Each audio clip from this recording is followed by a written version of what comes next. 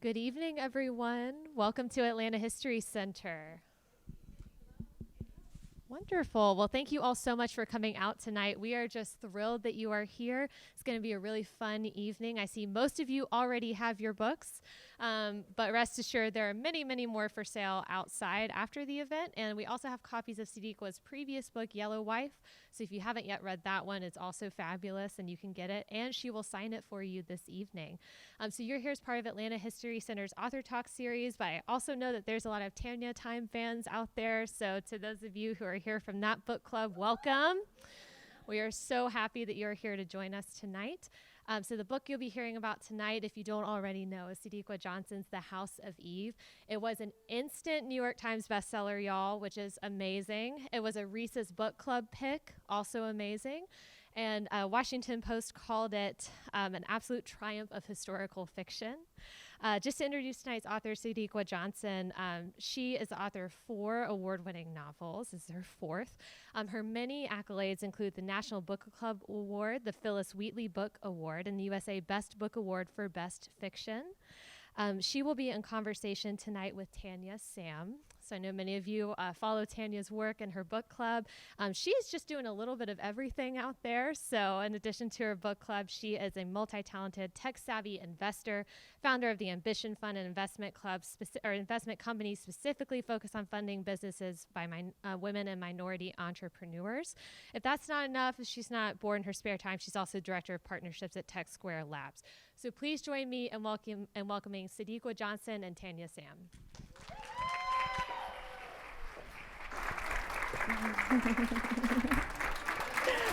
Hi, thank you.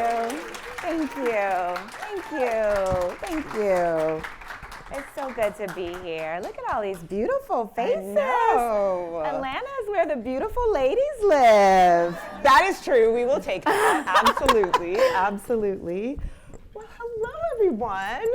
Welcome, welcome, welcome. And first of all, I have to welcome you, Sadeqa, to Atlanta. Thank you so much for coming to our humble town. We are so pleased to have you here. I am so excited to be here.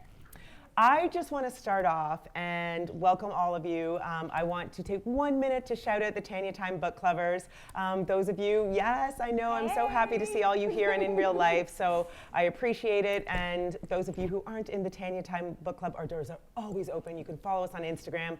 We read books together month by month and then have great author chats, whether in person or online. So I am so excited to be discussing The House of Eve today. I literally get goosebumps, as I'm sure many of you do, because just reading books is like my favorite pastime ever. And when you get to read it with amazing people, and then the cherry on top is to have the author. So Sadeqa, I feel like Claire touched on this a little bit, but I want to say, not only have you written 5 books, you started off as a self-published author, and many of you have probably read her 2021 also hit book, Yellow Wife. Yes!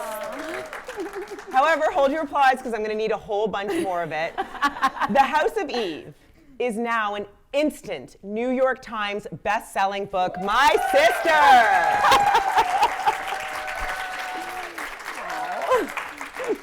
Fait accompli. Like, that is such a big deal, and I am so proud of you, and I understand because when I picked up this book, I could not put it down. But I want to dive in from the very beginning. You know, I love to talk about the pivot and all of this, and I know many people in this audience might know a little bit about you, but you started in PR and publishing, and you self-published your first book, 2 New York Times instant best-selling books, The House of Eve.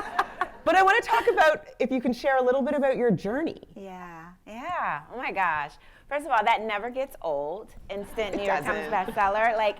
So when it happened, I told my kids, I was like, for the whole week, you guys have to call me like New York Times bestselling mommy. Yes, Mom. They were like, we're not doing that. What's for dinner? But so my journey started off, I probably started off like you guys as a lover of the library, right? I was the kid who went to the library every summer. I checked out 7 books on Monday. I read a book a day. I took the books back and I did the same thing. And so I started off as a lover of reading. And I thought I was going to be an actress. So I was a theater major in college. But I hadn't planned to graduate. I thought I was going to go to college for about 2 weeks, get discovered, And then the rest would be her story, right? Right. Well, I graduated. And my first job was in publishing. And while I was there, I started working on my first novel. So I worked in publishing for about 5-6 years. I worked on the first 3 Harry Potter books and Ruby Bridges and wonderful authors, Bishop T.D. Jakes. And so as I was writing my novel, I would write every day on the train. I lived in New Jersey, and I wrote on the train on my way to New York City every day. And then I would close my office every day at 4 o'clock and pretend like I was doing something for work, but I was actually putting my story in the computer so that I could read it on my train ride home. So that was sort of the beginning for me. And I got to the point where I was getting married, I was having my son, and I told my husband I was going to quit my job because I was going to be this New York Times bestselling author. And he said, "You going to quit your job?" I was like, "Yeah, trust me, I'm going to quit my job. I'm going to take care of our son. I'm going to be a New York Times bestselling author."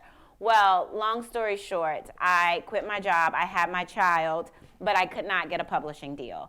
And so I ended up having to take everything that I learned working in publishing and starting my own small little press. Wow. I mean, it is a journey, and I commend you because it's not overnight. Even though we all start off thinking it's going to happen overnight, it is not overnight.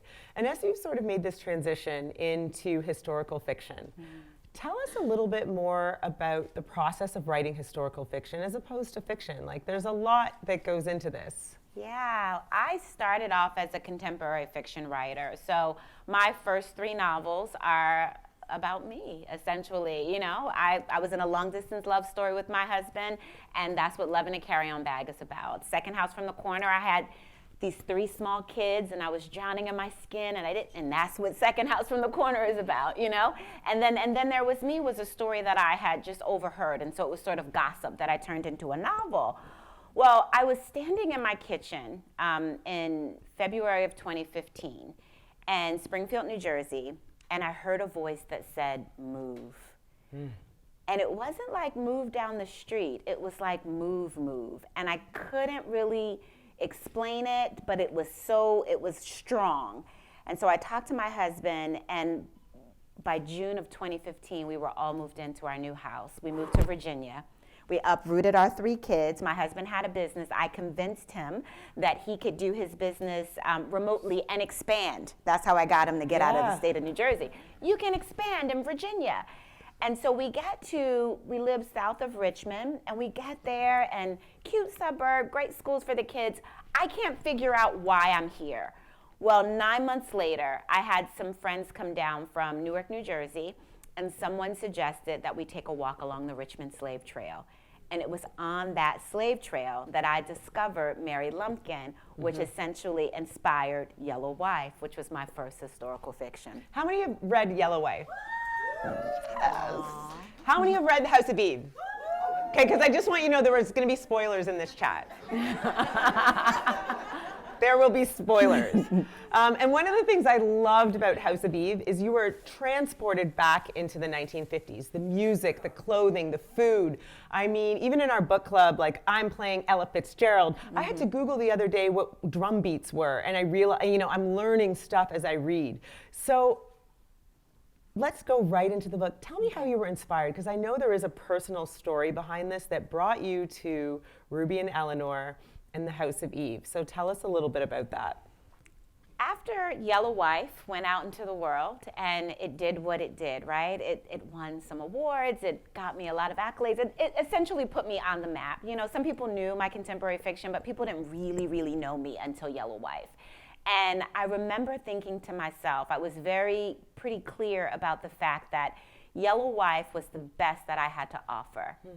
And how do you better your best? That was the question that kept ringing through my head. How do you better your best?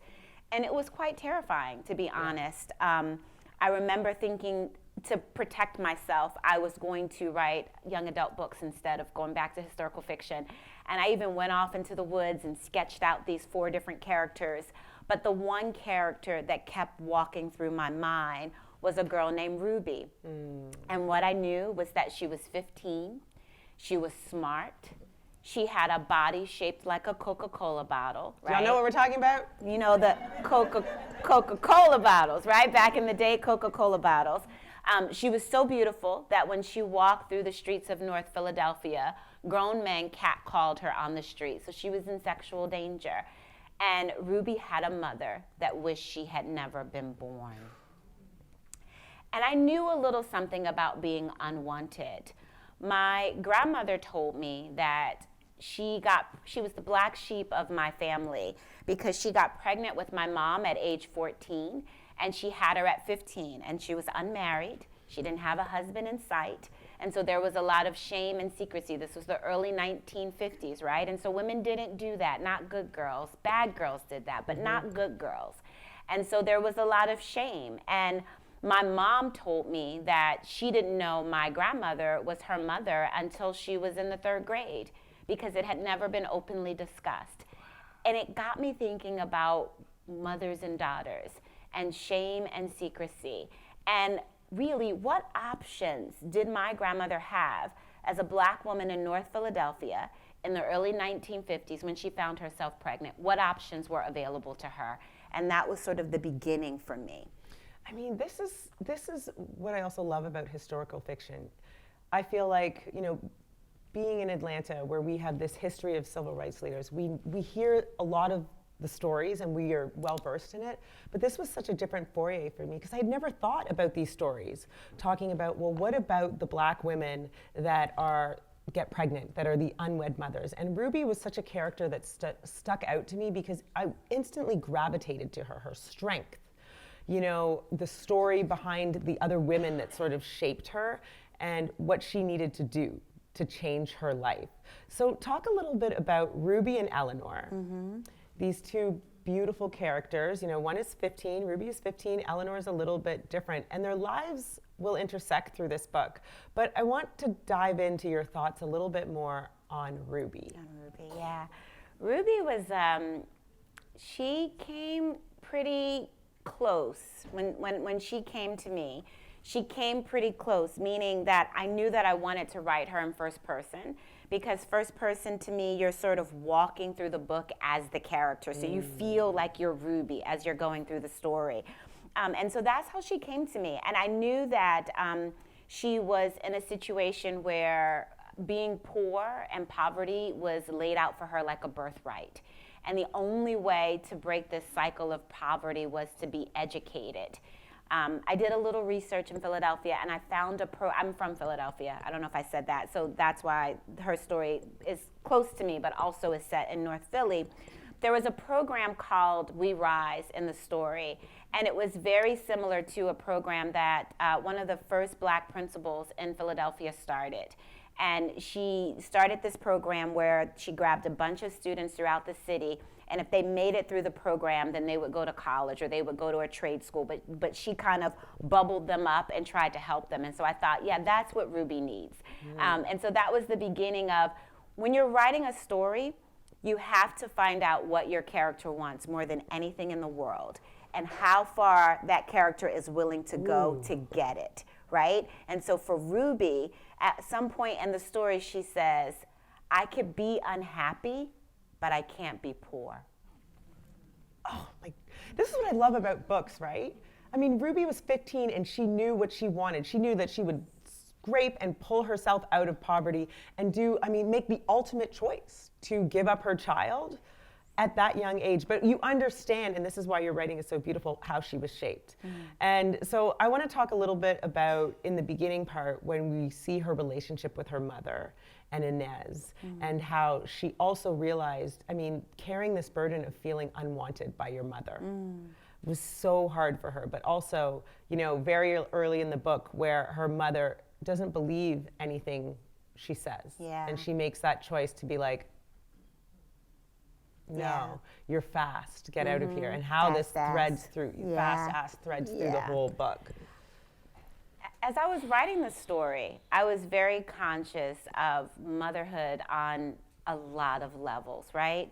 And I've come to realize that mothers are doing the best that they can on all levels, at all times, even if the child doesn't think that. even if the people around them don't think that. It is the best that they have to offer in that moment, right? Like, so even me, I have 3 kids, and I know I've done my best, but when I look back on some of my decisions, I think, gosh, I could have done that better, or maybe I should have done that. But in that moment, I was doing the best. And so I try to, and you see motherhood on lots of levels in this book. You see, you know, the mother of boys who have a very specific direction of how they want their legacy to be and who they want their children to be with. And then you see moms who mother, and then you see moms who don't mother. But they're all at some level doing the best that they are capable of doing. It's not right, but it's the best that they are capable of doing. I'm going to come back to our second protagonist, Eleanor, but I want to stay on this thread of motherhood because it's so fascinating because you show us so many different types of mothers. From Inez to Aunt Marie to Shimmy's mother to Rose Pride, and they're so difficult, some of them, and you know, you really question their choices. But talk about how, and I feel like you like to write a lot about motherhood. It's weaved through many of your books. Talk about your favorite mothers in there, because I think they're all just like you say, they want the best and they will do anything for their kids, down to, you know, some of the new mothers that we meet at the end in the House of Magdalene. Yeah, I would say my favorite mom in the story is not really a mom, it's Aunt Marie. But she's a mother figure, right? So she's not really Ruby's mom, but she's a mother figure. And she gives her that tough love, and she supports her, and she does what needs to be done to make Ruby feel safe. And she lives in a world where being safe is not a normal feeling for her. And so I would give that to Aunt Marie. I love that. And I've got to talk about Aunt Marie, because even in book club, we were like, wait, is she doing this?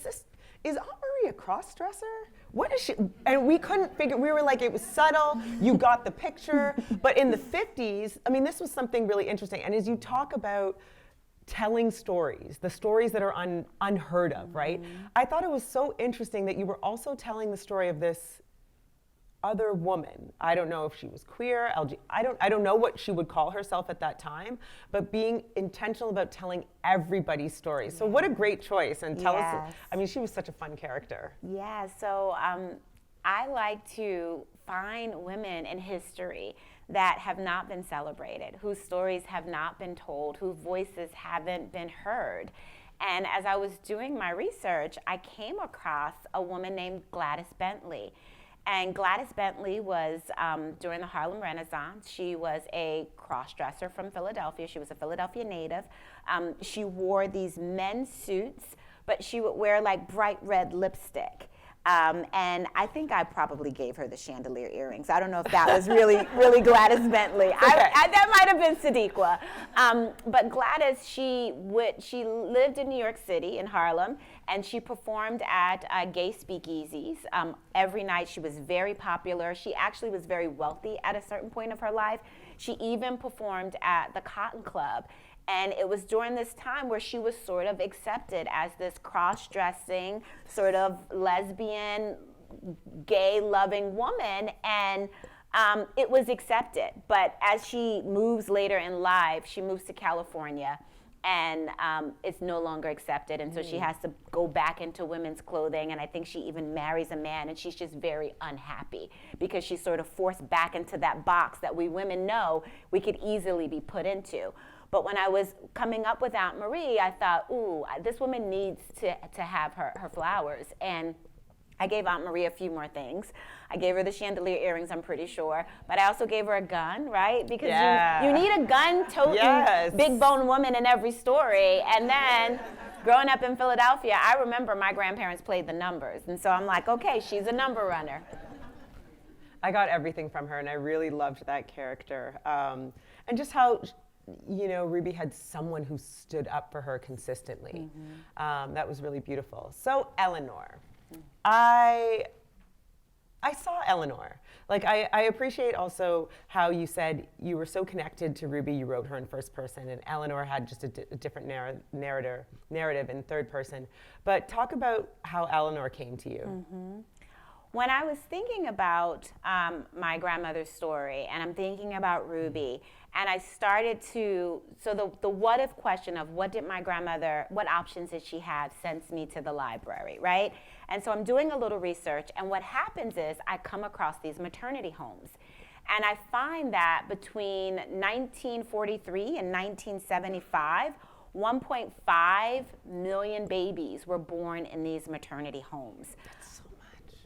Oftentimes, the women were brought to the homes. They knew what they were there for. Sometimes they were brought to the homes and they didn't know what they were there to do.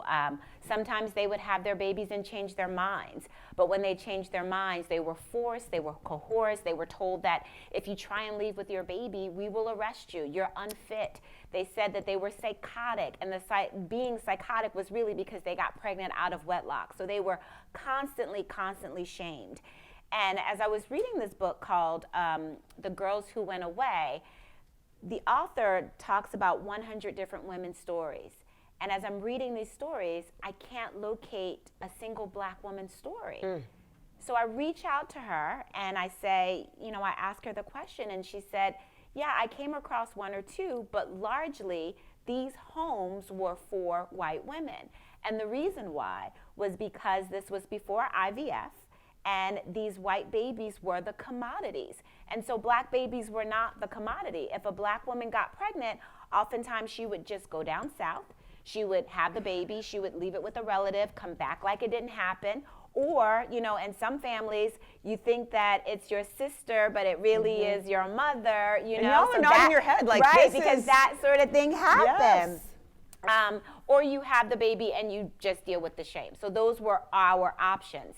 But I wasn't satisfied with that answer because I knew that this was the story I wanted to tell, and I knew that I needed to tell it through the lens of Black women. And I couldn't figure out how to pull all these pieces together.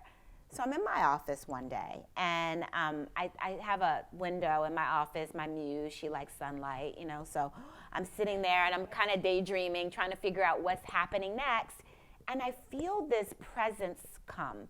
And it's strong, and it's insistent, and it's rageful, and it's desperate. And she says, I need your help. I need to have a baby. And I thought, okay, well, this wasn't your story. Like, where'd you come from? But I also know, I believe in Elizabeth Gilbert's book, Big Magic, that when a character or story comes to you, you only have a small amount of time to say yes to it. Ooh. Because if you don't, what's going to happen is you're going to go to 44th and 3rd booksellers, and you're going to see somebody else's name, Tanya Sam, on your novel, on the shelf, and you're like, wait. Someone wrote your story. Right, someone else wrote your story. So I thought, let me hold this. And then that weekend, I watched Toni Morrison's The Pieces I Am. If you haven't seen the documentary, it's amazing. But she says in the documentary, I didn't know that Black folks separated themselves by color until I stepped foot on Howard University's campus in the 1950s. She said Black people in Ohio, where she grew up, was so busy getting along with everyone. She grew up with Italians and Irish and Poles, Russians, that we didn't have time to pit ourselves against each other. And so I thought, this new character, Eleanor, what if she was from Ohio and she ends up at Howard University? How would this now change the dynamics of the story? And that was so fascinating, watching her grow into that with the help of her friend Nadine, who I loved. And if any of you have listened to the Audible book, it is fantastic because Nadine's voice is in my head and Greta's the whole time, but she's just got this slang and twang to it that is really great. But, Eleanor was so interesting to me because she was very different than Ruby. And there's one scene in particular where you see this awakening, right? And I know those of you who have read it will remember when she went to the Pride household for the first time with her boo, the back, William Pride, and was exposed. And it's so interesting the way you walked us through this. It was like the butler that greeted them, and she was like, I picture it driving through Buckhead. The houses and the space between the houses just get bigger and bigger. This may have been a plantation home, who knows? And then she walks up, and a colored butler answers the door with white gloves, and then she's like looking for black people. And it was, I was looking for them too. Like the way you wrote it, I was like, where's the black people? And then we all came to this revelation that, oh wow, they are so fair-skinned that she had never even recognized it. Beautiful writing and beautiful storytelling in that. And I appreciate this coming also from watching the documentary of Toni Morrison. Now, this colorism plays out through a lot of the book and Eleanor and William's experience with Rose Pride. Tell me a little bit more about how you wove that in, because I think it created Eleanor. She carried so much about who she was now, and it was so new to her. She didn't come with this baggage, and now she was in this world and lifestyle. Yeah, I thought it was very interesting that Toni Morrison had not experienced it, right, until she got to Howard. So that was the first part that I was like, ooh, because I know in my family, I have definitely experienced it. My mother even told me, my mom is very light-skinned, or just going back to my grandparents, the reason why they didn't get married was because my grandfather was very, very light-skinned, and he was from, you know, a nicer part of North Philadelphia. My grandmother was mahogany brown, and she was from a lesser-known section, a poorer section. And so, like oil and water in the black community, they were not intended to mix. And I remember my mom telling me that, because she's light-skinned like her father, that they had picked out a light-skinned man for her. The mom came to my grandmother and was like, yeah, she needs to marry, I forget his name. Remember, their last name was Hepburn, and I think Hepburn is in the book because of that. And she was like, yeah, they need to be a couple. And so they were trying to push them together because they were both two light-skinned boy and girl. And my mother was like, there was never any chemistry. I never really liked him. And so I was able to sort of weave that into the story. I really think that I like exploring the themes. I like isms, right? You can't write a book without a bunch of isms. But the colorism is leftover baggage from Yellow Wife, right? You see it, you started in Yellow Wife with her being the daughter of the master of the plantation and the privilege that she had. She could read, she could write, she could play the piano, but then there were the people who were in the fields who didn't have those privileges, right? And so we see that in this 1850s. We move up to 1950s, and we're still dealing with the same thing. And so the more history repeats itself, the more things stay the same. And I sort of love playing with that as a writer. Yeah.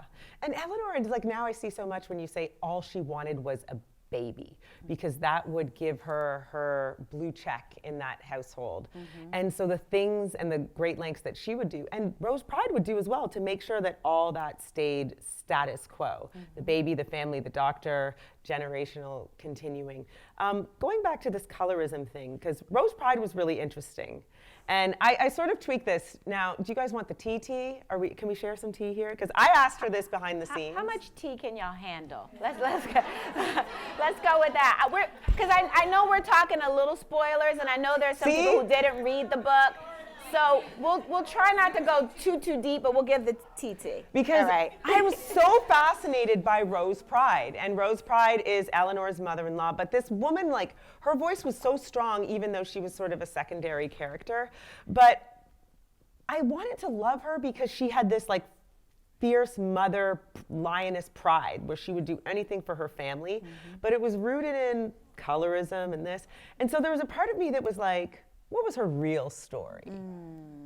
You know, did you all get that? You just wanted to, what are you really hiding? And how far was your legacy that you were so hoity-toity?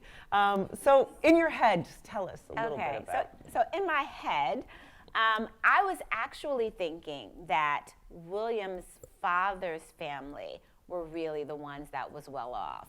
And that y'all wanted this too. And that Rose married in, because William says he's the third generation of doctors, right? So his grandfather was a surgeon, his dad is a doctor, and now he's the third generation. So I'm thinking, okay, he can trace that lineage back 3 generations, but we don't really know Rose's lineage. And so I sort of picture her coming up, you know, from somewhere else, not like the DC Black elite, but sort of linking in and then making her space. And then she's so, you know, against anyone who's not like her, because she sort of doesn't want to be found out, but also she wants to keep rising, right? She wants to keep pushing them up a notch, a notch, a notch. So that's what I'm thinking. Okay. See, a little bit. Does that make sense? It did make sense because it was hinted at it. So I wanted to know a little bit more about that as well. What's our time, Claire? Okay, good, because I know you guys have questions as well. Something that comes up in the book a lot, and I know you like your isms, but this was a hard one. And I thought about just how shame shaped so much in this book. Shame about the worst thing you could possibly be was a pregnant, unwed young woman. Shame about, oh, you can't have a baby for yourself. Shame about the color of your skin. And then shame about these maternity homes, which we'll get to. But talk about like those choices around our bodies, what we have to go through for motherhood, and how these two young women and their decisions that they had to make were just rooted in this societal era of shame. The same way I felt that Ruby had been given poverty like a birthright, I feel that women are often given shame as if it's our birthright, right? And so I see that across all the lines of history. I see it going back to the 1850s. I see it now. I have 2 teenage daughters. You know, I see the shame play out in them. Mommy, am I fat? Or mommy, does this look good? Or, you know, should I be eating that? You know, so we women are given shame like it's a birthright. And as I was writing the story, I could see, you know, I could see the shame in the 1950s and having a baby out of wedlock and what that does to a woman, so much so that you'll make the most impossible decision to keep from feeling shamed, right? And so I could see that play out through all the different characters and all the different nuances. And it's something that I feel like I want to expose a bit, because secrets keep us sick. And so if we're all sitting here in shame, we're letting diseases build up in our bodies. And so I like to write stories in which you could see yourself. And if you can't see yourself, you can see your friends or your auntie or your cousin. And this is a conversation now that you can have so that you can let those secrets go. And so shame is definitely one of those things that I see, and I feel like we need to let it go. And family secrets, you know, it's so interesting because a lot of us nodded our head, oh, they heard, oh, my friends, yes, was raised by their grandmother, or these family secrets that we carry from generation, but it's like this epigenetic imprinting that we're passing on. And so when do we start to face them and have those conversations? And I think now, you know, we're all a little bit more woke and we're okay with carrying these on and having these conversations with our daughters. So I appreciate, this is also why I like fiction, because I think for a lot of people that even were reading this book, there was a release in being able to talk about it, whether or not it's your direct family story, but you're able to share these experiences and let go of some of that shame from generations, and maybe say, hey, Grandma, want to read this book? We can have conversations getting Grandma to tell her secrets is a hard thing. Yeah. Absolutely. And just that idea, well, we don't talk about things outside our family. And I think, you know, it's healing. It's very healing. So appreciate that. Let's talk about these maternity homes, because that was an experience. And again, I want to start off by saying, so in your research, you found just a couple stories of Black women who were in these homes? So in the majority of the larger homes, because it's the 50s, right? So it's segregation.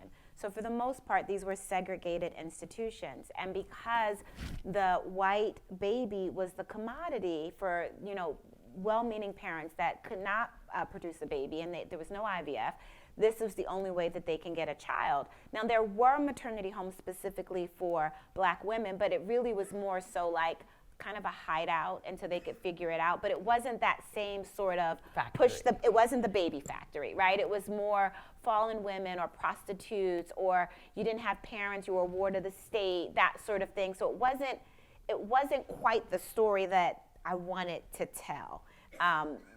And that's why I had to be clever about how to weave these two stories together. Yeah, it was very eye-opening for me to experience that, and I really appreciated it in the book. And then Ruby's experience in there with all the different women and mothers to be was so beautiful, from Bubbles to Georgia May, and being able to give us sort of a firsthand look at the types of women that ended up in there. But talk a little bit about the profit piece of that, because that was really interesting, and I appreciate this from a historical lens as well. Just how they discovered this and what has happened to many of these children right now. Well, Georgia May is a character that you're going to meet in the story, and she was actually based on another real character. So whenever there's a real character, I'll point her out right now for you guys. So Georgia May was based on a woman named, or a girl named Georgia May Rowe. I found her in Richmond. I live outside of Richmond, Virginia. I found her in Richmond in a maternity home. I think it was called St. Gerald's Maternity Home or St. Vincent's Maternity Home. And she was a 14-year-old girl. This was her second pregnancy. She was impregnant by a 27-year-old white man who was thought to be her employer and dropped off at the maternity home.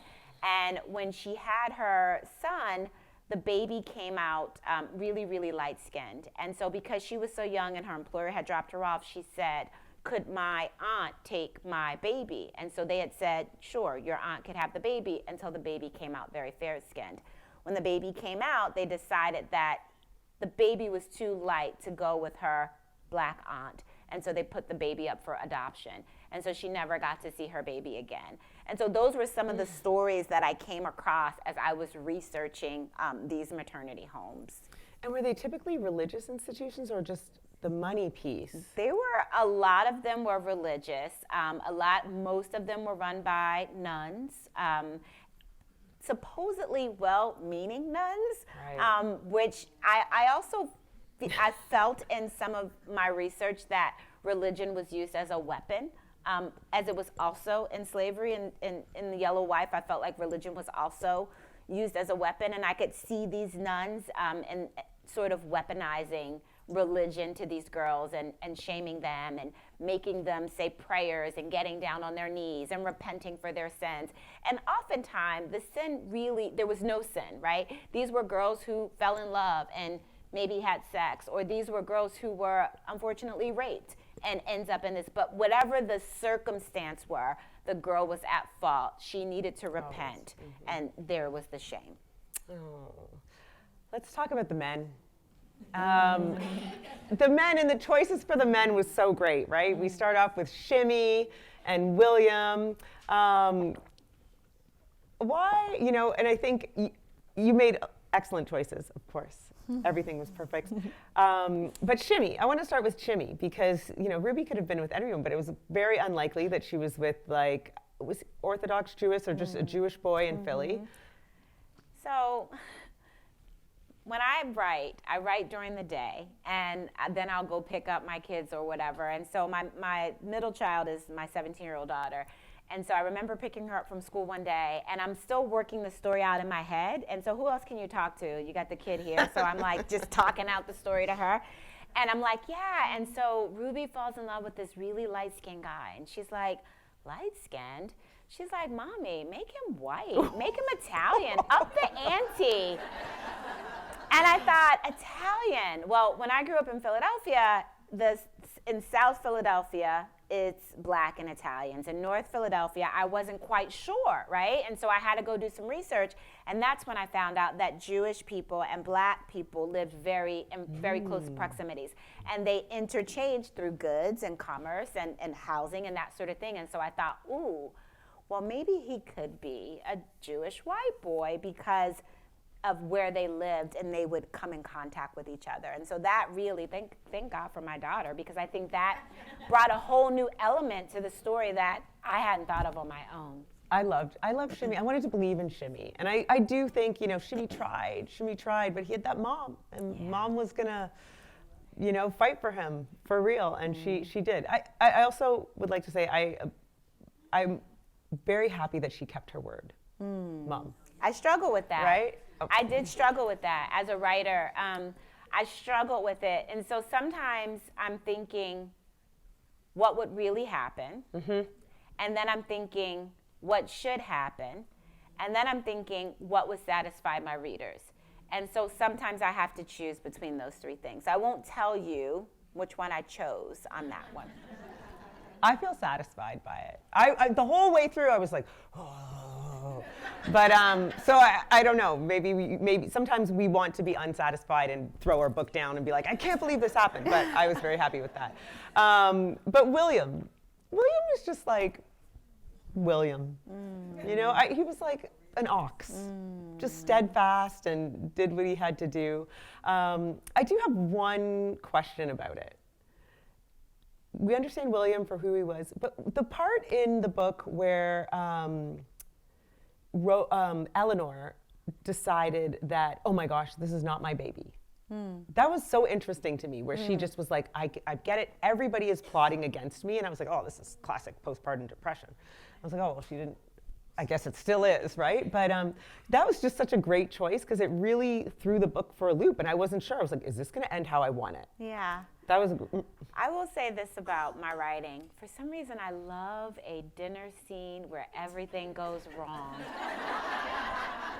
I feel like I've done that in like 3 books. It might be a classic Sadeqa move.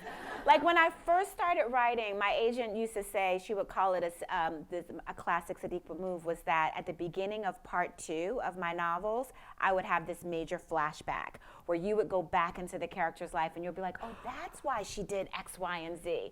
And then I think I didn't do that in Yellow Wife. And I don't think I did it again in this book. And so now I realize what I've done in 3 straight books was this major dinner scene where things don't go the way they're supposed to, and there's this major blow up. And I am satisfied by it. It feels so good to me. Like even thinking about it right now, I feel all yummy in my belly. Yeah. Well, we appreciate it. I'm glad. I am very glad. We want to open it up to questions, because I'm sure you have so many questions for Sadeqa. Claire has a mic.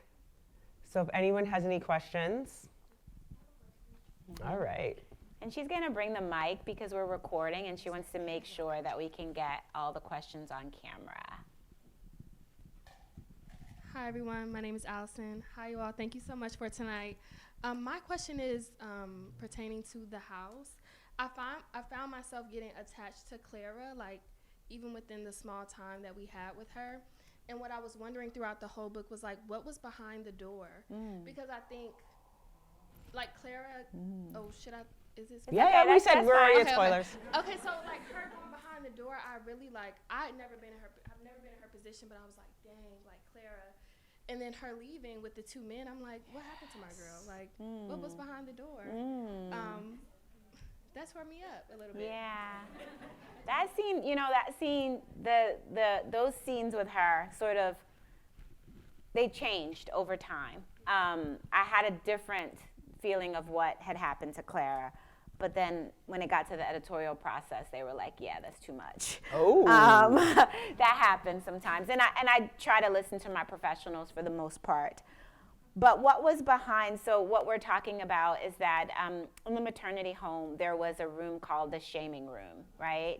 Shame. And it was where the bad girls went, because my original title for the book was Where the Bad Girls Go. Oh. And so that was why I had written that into the book, because I needed a place for the bad girls to go.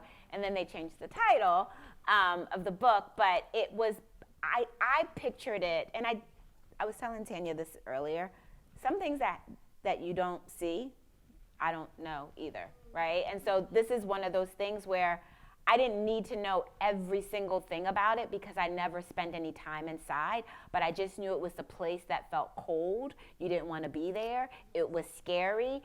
And it was almost sort of like when you're in jail and you go in the hole. That was the best description I could give you for that. Great question. Hello, my name is Candace. It's nice to meet you, so I'm glad I'm here. I have like a comment and a question.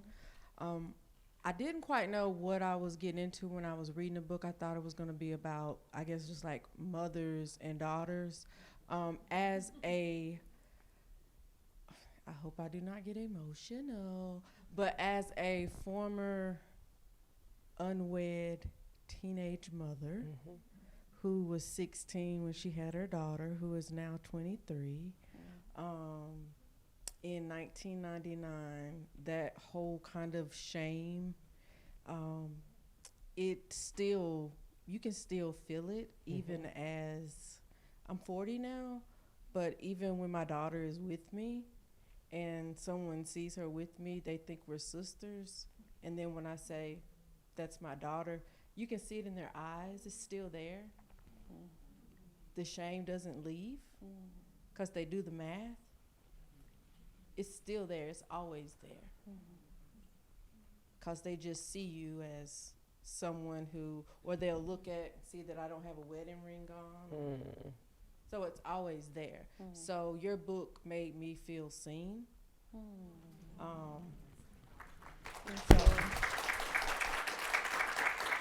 So thank you for that. And I guess my question is how do we kind of, like, I guess, decenter that shame from other women who are mothers? How do we stop them from shaming people like me or people like Ruby? Where do we have the conversations? Does it start in the home? Does it start in these types of places? Where do we have those conversations? I mean, people make mistakes. People get in situations. It's not like, where do we have those conversations? What do you think, Tanya? Because I know you work with young women and girls all the time.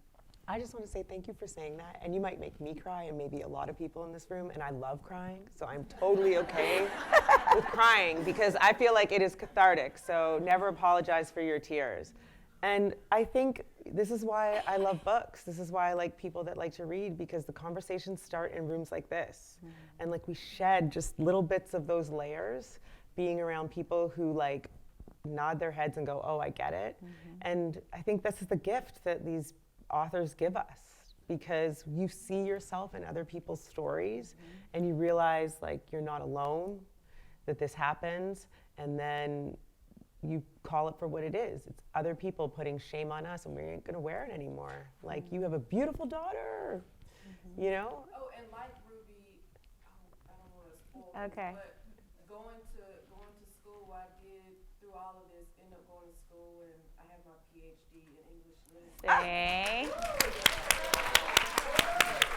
It's always easy to, Yes. when people say things, I'm like, oh, and by the way, yeah, it's doctor. Yes, yes, So yes, that makes them shut up a little bit. yes.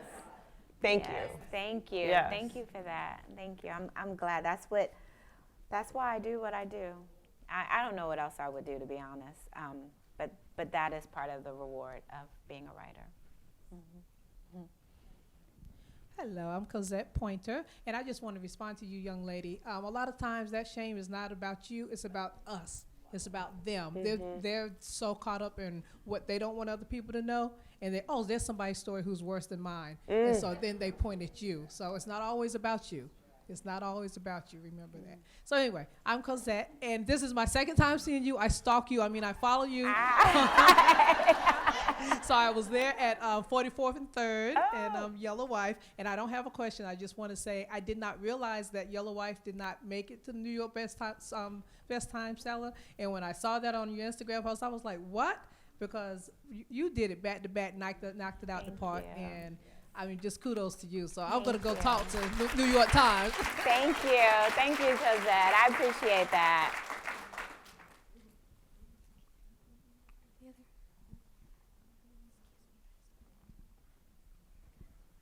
Hello, nice to meet you. My name is Cassandra. When you spoke in the book about the birthing houses and how that was only available for like the Caucasian women and not black women, a lot of times they would ship the baby down south.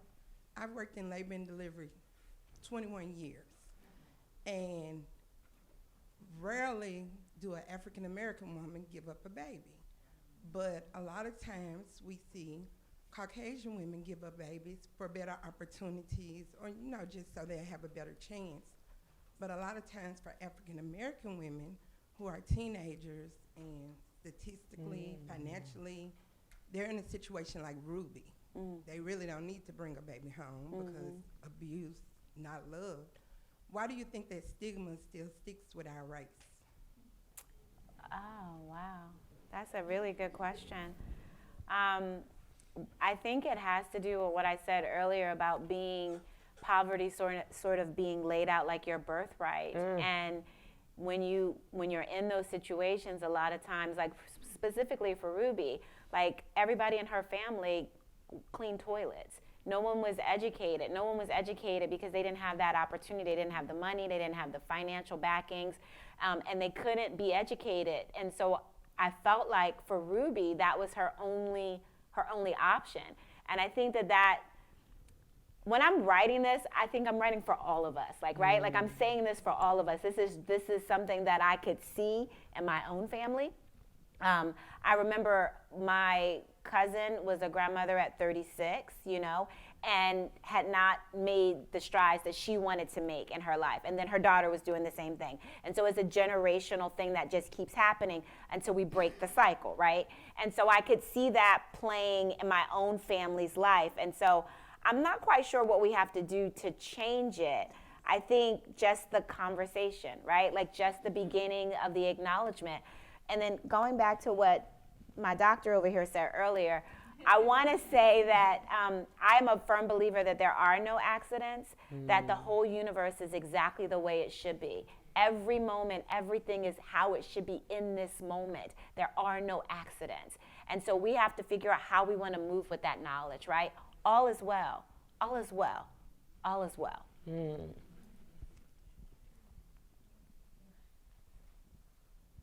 Really enjoyed the book. Thank you. I knew a white girl for every case you had a black girl. And I graduated in 1965, and those homes were real, honey. Yeah. They disappeared in junior year in high school, and they showed back up senior year, and you wanted to go, well, what happened? But you didn't ever ask. I'm reading 1619 now, and the story, the background of what you're asking is pretty clear to me, because in the first 200 years here, babies of black women were taken away as property of white people. Yes. So I would think, and I'm pretty darn white, I would think you would do anything you could to keep your children. Yeah. That's it. That's it. Yeah. And yet it cost you, and yet it's a price you pay all your life to have them out of wedlock and to keep going, and you get called welfare mother or some such thing. Well, good for her. Because the white girls that gave them up for better opportunities weren't doing it for the baby. Yeah. Okay? The black girls that give them up aren't very often. Yeah. And the grandmas will take over in most cases. Yes. And that culture of, no, they're ours, and we're not giving them up again, I applaud you for that. To me, one of the basic words that we need to get out of the human language is bastard.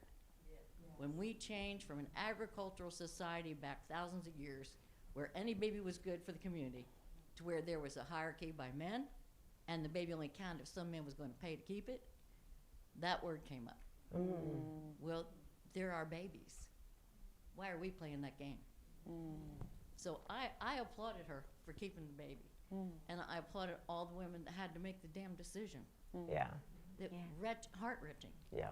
And I hope that's a little background that helps you. Because to me, man, I wouldn't give mine up after 200 years of that. Yes.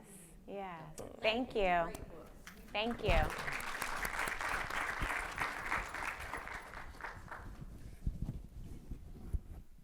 Good evening.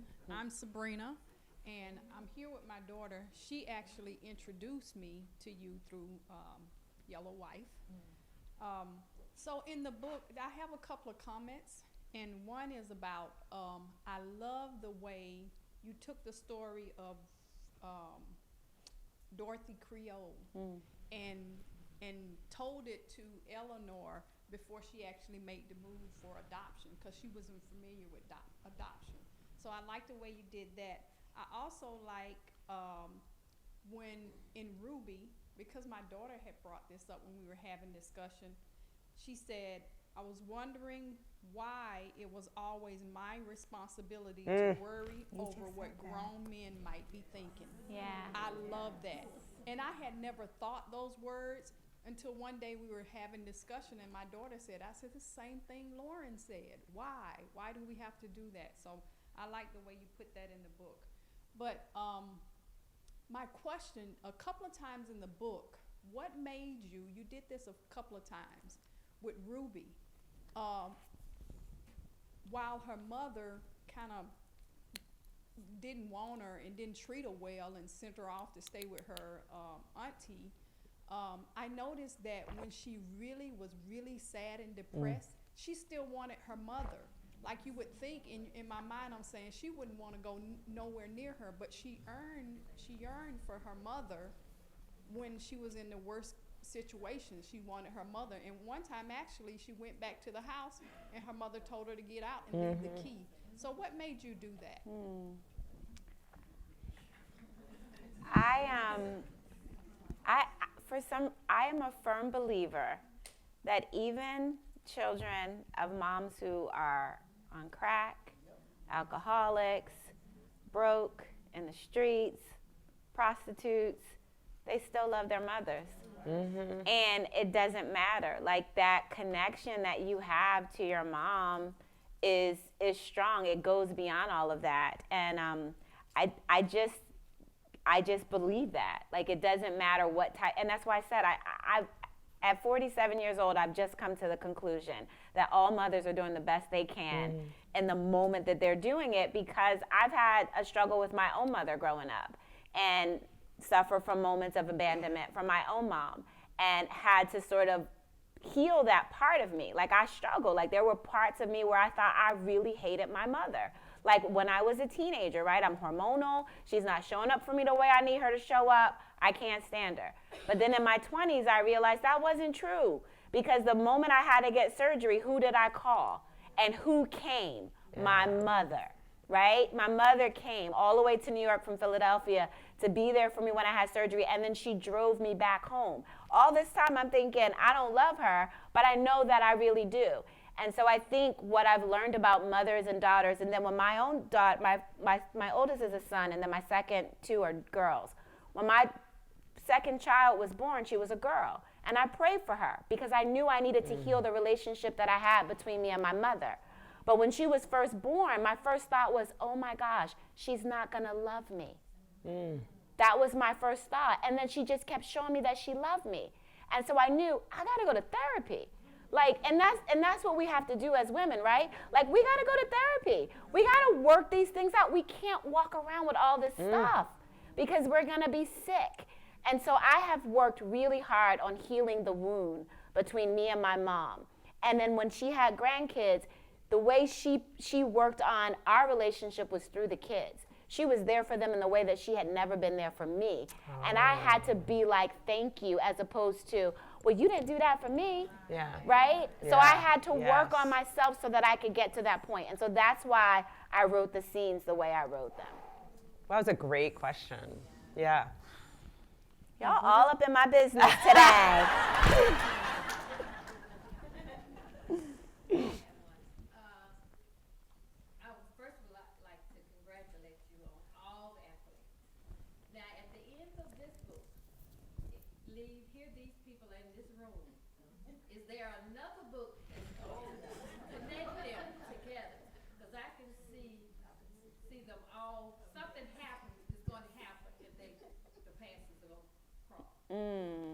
We talked about this. Tanya was just asking me this backstage. Yes, and I asked because, you know, in the ending, and we're well past spoilers now, it's such a beautiful ending because it's kind of like a bow that ties up, and she weaves all these beautiful things, and you're like, aha, but it could unravel at any moment, and you don't know what it is. So I asked her, I was like, tell me. Do they find out how their lives intersect? And I wasn't even sure I wanted to know, but I don't know. I don't know. And what I was telling Tanya was that, honestly, when I type the end, that's the end. I'm sorry that is not satisfying, but that is true. So I don't. Yeah, so I don't normally, like in Yellow White, people say, well, what happened to the daughters? Like, what happened to the daughters who passed for white? I don't know. Like, well, what happened to Phoebe in between, the end of the book and the first epilogue?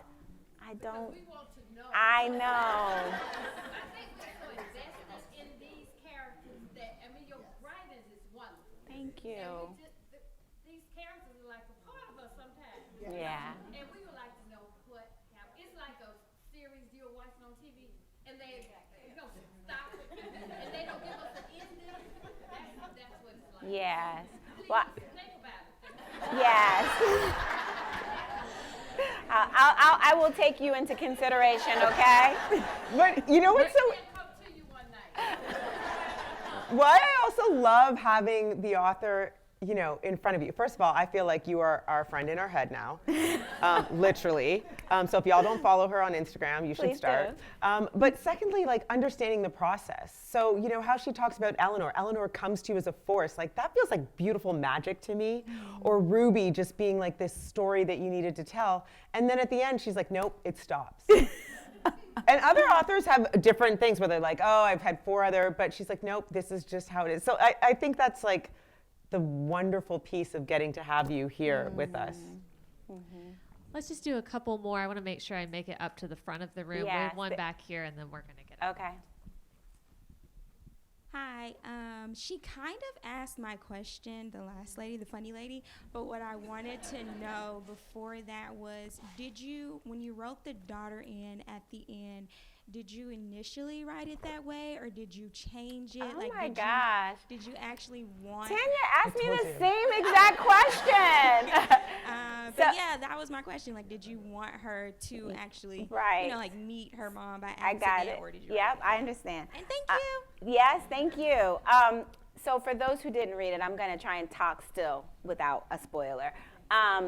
So when I wrote the epilogue, I originally wrote it, well, you guys know maternity home, so obviously there's going to be a baby, right? And so I had originally wrote the epilogue from the perspective of the baby. And when it gets, so I have a team, right? So this is just not me. Like, I don't just write the book, it gets to the bookstore and y'all get it. There's people who have to go through it. So as my agents were going through it, they were like, yeah, it's not satisfying. Your readers are not going to be satisfied, so you need to go back and rethink it. And so that's what I did. I had to go back and rethink it, and that's why I changed it a little bit. So that was not my original thought. Sometimes is a thought like, I'll have a thought, that's it, that's what happens. And then sometimes I'll have a thought, and they're like, Sadeqa, that's not working. And then I have to sulk a little bit sometimes because you don't want to really hear that you have to rewrite something that you've spent 3 days on, and now they're like, scrap that, start again. So that was one of those scenes that I had to rewrite. Thank you. Hi, I'm Valerie. I'm originally from Richmond, and this question is about you personally. I am just amazed at the story of serendipity, your journey to Richmond that led to Yellow Wife. So my question is, have you had additional, I'm going to call it spirit gifts that have presented themselves? I mean, that one's pretty big. But have there been any other things that you recognize, I'm here for this moment. Yeah, thank you for that question. Yes, I'm big on prayer and meditation. And I know that I can't go before God, that I have to sort of make sure that that's the intention for me. I'm very intentional. And so even just small things, right? My publicist sends me a list. She's like, here are all the requests. Which ones do you want to do? And I sort of like get centered and think like, which one really should I be doing, right? Because at one point in my career, I'm just happy that people ask me to show up, right? So I'm saying yes to everything. And now I have to approach it a little bit differently, like, what feels good? What feels right, So I do try and operate from that space of, I could feel it, this is what I'm supposed to be doing, all right, that's it. And that was the feeling I had in my kitchen. And and that was the feeling I had on the slave trail. So I had it in my kitchen in 2015, and then April 2016, I'm on the slave trail, and everything in my body said, pay attention. And I was like, but I'm scared. And my friend was like, yeah, but the thing that scares you most is what you're supposed to be doing next. So I had to say yes to it. And so I do have those moments. My son goes to North Carolina A&T, and I remember he was super sure that that was where he was going to go. And like no financial aid had come in. And I was like, okay, God, I have 3 kids, right? And they all need to go to college. And I was just like, okay, all right, Miles is really sure that this is where he's going to go. I feel pretty confident that this is where you want him to be. I'm just going to trust all it's going to fall into place, right? My son goes to school. It had not fallen into place, but I'm still like, okay, all right, I'm trusting. He was in school for a month, and I had gone to Virginia Beach. My dad came to visit from Philadelphia. So I'm in Virginia Beach. I'm on the beach with my dad, my stepmother, and my sister.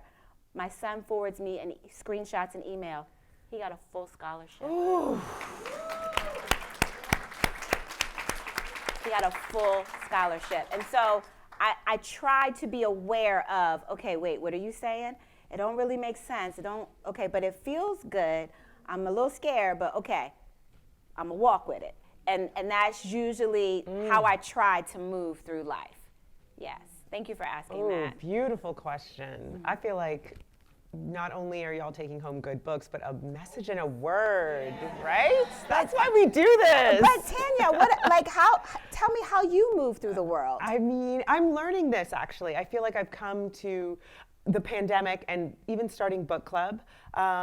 Meditation was a huge thing for me during the pandemic, and it has taught me to sit with myself and trust my intuition and gut in a way that has like unlocked a superpower for me, for sure. And you know, I'm always constantly reinforced by those little messages that remind me just never doubt your gut and like to lead with, you know, faith and just trust and surrender. Surrender's been a big, it's been a big thing for me. And even, you know, we touched on this, just how our paths interconnected through a mutual friend that, you know, and it's a really beautiful thing. And I think it's about synchronicity, and I'm so grateful. So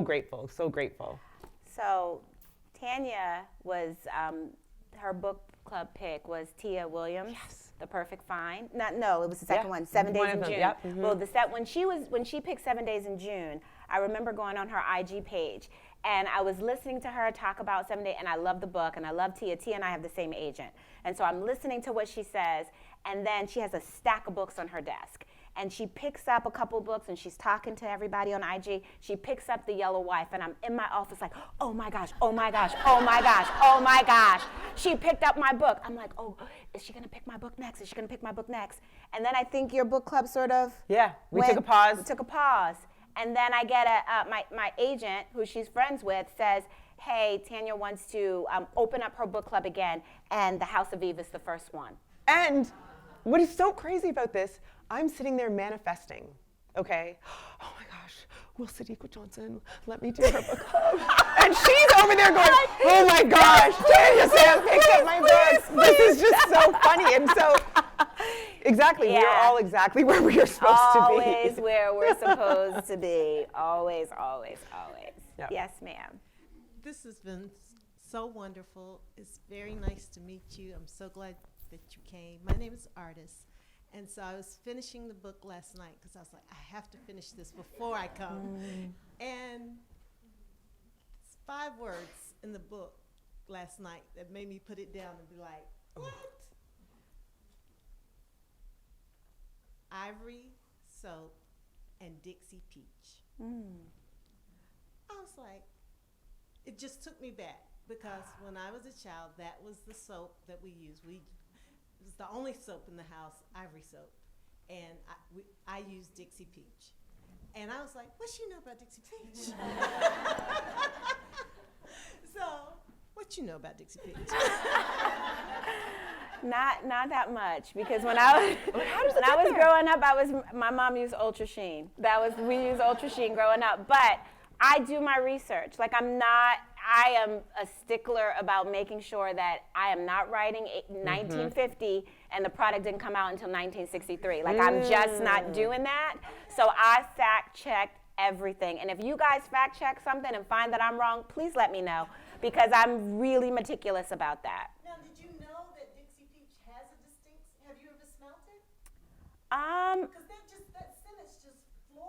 Wow. Wow. Ooh. Yeah. I will never forget that in that book. Yeah. So, I don't think I smelled Dixie Peach, but I probably, as I was researching it, I probably was reading the ingredients, right? And then just sort of, or like when I'm researching it, I'm researching it. And so I'm pretty sure it came from my research, not from my own memory. Yeah. Yeah. Okay, yes. Yeah, I know you guys are trying to run out of here, so we'll do, or not, but we'll do two more. I'll let you pick the last one. It's the hardest one. Okay. Who do we have? Oh, we have so many Oh my questions. gosh. Oh my I'll make it quick. All right, okay, how about we do like lightning quick? I love this. Yes, lightning So round. how about okay, everybody, no introductions, just blurt out your question all at once, and then Sadeqa will try to lump them all together. Not all at once, just quickly say your question, and she'll sort of pick her. Yes. Yeah. Okay, Because after they might be yours, we'll similar. do lightning. Yeah. Go ahead. So what I wanted to say was Ruby's character, I really love the fact that you made a strong character, but you also never let us forget that she was just a kid and could make mistakes. And I think that made her very realistic to me, because I remember the pressure of needing to get out of a situation, but still wanting to be a stupid teenager. So I love that. And I guess the other question that I have very, very quickly is, why didn't you think, or why didn't you include sort of the buffer between when she had the kid and when she became a doctor? Because I was really fascinated to see if she ever found love again, or if she was ever able to experience that. Like, how scarred was she from this experience? So I want, this is how I'm going to answer that question. I want you to go back and read the last little bit of the epilogue and the description of Ruby. And you're going to see in the description the answer to your question. Homework. Okay. I just have a quick question. When is your birthday, and how long did it take to write this book? June 25th, 1975. No, what was your birthday? June 25th, 1975. Are you an astrologist? You about to hook me up? No, I'm not. I just like to know people's signs, because I like to attach it to some of their moments. Yeah, June 25th. I'm a Cancer, like my doctor friend over here. Okay. And it took me about a year and a half or so. It's always hard to say, because I get the idea for the new book as I'm ending the old book. And so I sort of go back and forth a little bit, and then I put my full focus on the new book. So about a year and a half. Thank you. Yeah. Excellent. Next book topic. Trying to spread the love, y'all, so I'm going to go over here. Next book topic, okay. My question, sorry, I talk a lot, and my mind always moves fast, so I have a lot. But my question is, I wanted to know your decision in writing about Ruby's birthing story, because when I was reading it, I was like, excuse my language, like, damn, my girl has been through a lot. Yeah. And now she has to go through a lot again. I got it. I got it. Okay. What's your question, ma'am? Okay, so what's your experience? What has been your most memorable book signing experience during your long tour? Okay. Clearly. So clearly this one right here, because I get to sit next to Tanya Sam. This one. Of course, this one. Oh my gosh, this is like upped my credibility with my own kids. They're like, Mom, she's a celebrity. So like, I'm up. So funny. But to answer your question, Fred, about the birthing scene, I felt it was necessary, because I wanted to give you the full picture. And sometimes the hardest things to read are necessary because it happened. And as I said when I was writing Yellow Wife, if our ancestors or people could go through it, the very least I could do as a writer is write it. So, all right. I knew that I liked the story, but I knew I was going to love the story when I saw Dorothy Porter mentioned. So I wanted to know, what was it your idea to have Eleanor aspire to be an archivist? And if not, like, was that somebody else's idea? Yes. So Dorothy Porter Wesley is another one of my real characters. The quick version of who she was that she spent 40 years amassing the largest collection of Black, African, Caribbean art, artifacts, pamphlets, all of that. She was called the shopping bag lady, because she would go into people's basements and attics, and she would say that she would find treasures for her collection that the untrained eye could not find. She changed the Dewey Decimal System because they only had 2 sections for anything that had to do with Black culture, slavery and colonization, and so she opened it up to show the whole experience. And I discovered her as Eleanor was working in the library. And when I was researching the library, she popped up, and I thought, oh, she has to be in my story. Oh, hello. So hearing about your inspiration for this book and Yellow Wife has me thinking, what was your inspiration for And There Was Me? Because I loved it. It made me cry. So I just wanted to know, like, what your inspiration was for that. You know, it's funny you asked about that book because that was a book that I wrote under the most amount of pressure. That was the first time so my first book, I didn't have a deal. I didn't have a publishing deal. That one took me 10 years to write. I self-published it. That helped me get a publishing deal, but they bought 2 books. One book, Second House from the Corner, was already written, and then there was me. I literally pitched it when I was talking to the editor, and she bought them both. So I didn't have a lot of time to write it, so I always feel like that wasn't my best work, so I'm so grateful for you to say that. My husband had a business. He was a bail bondsman, and he had his assistant was in a similar situation and would come into the office every day and tell him everything. And so then he would come home and tell me everything. And I was like, oh my gosh, that's so interesting. And I'm thinking, well, if I wrote about that, by the time I do 10 drafts, she will not even know that I took that story from her experience. And she came to the book signing and she was like, great book. Didn't even know. So that was where I got the story, And Then There Was Me from. Thank you for asking that. Well, y'all, we could be here all night because these ladies are amazing. So thank you so much. Thank you. Thank you. Tanya and Sadeqa, for being so generous with your time, with your talent. We really, really appreciate it. And now, if you have not yet bought the book, or if you have bought the book and someone in your life needs a gift, they're for sale out in the lobby. We will meet you out there for a book signing. Thank you all again so much.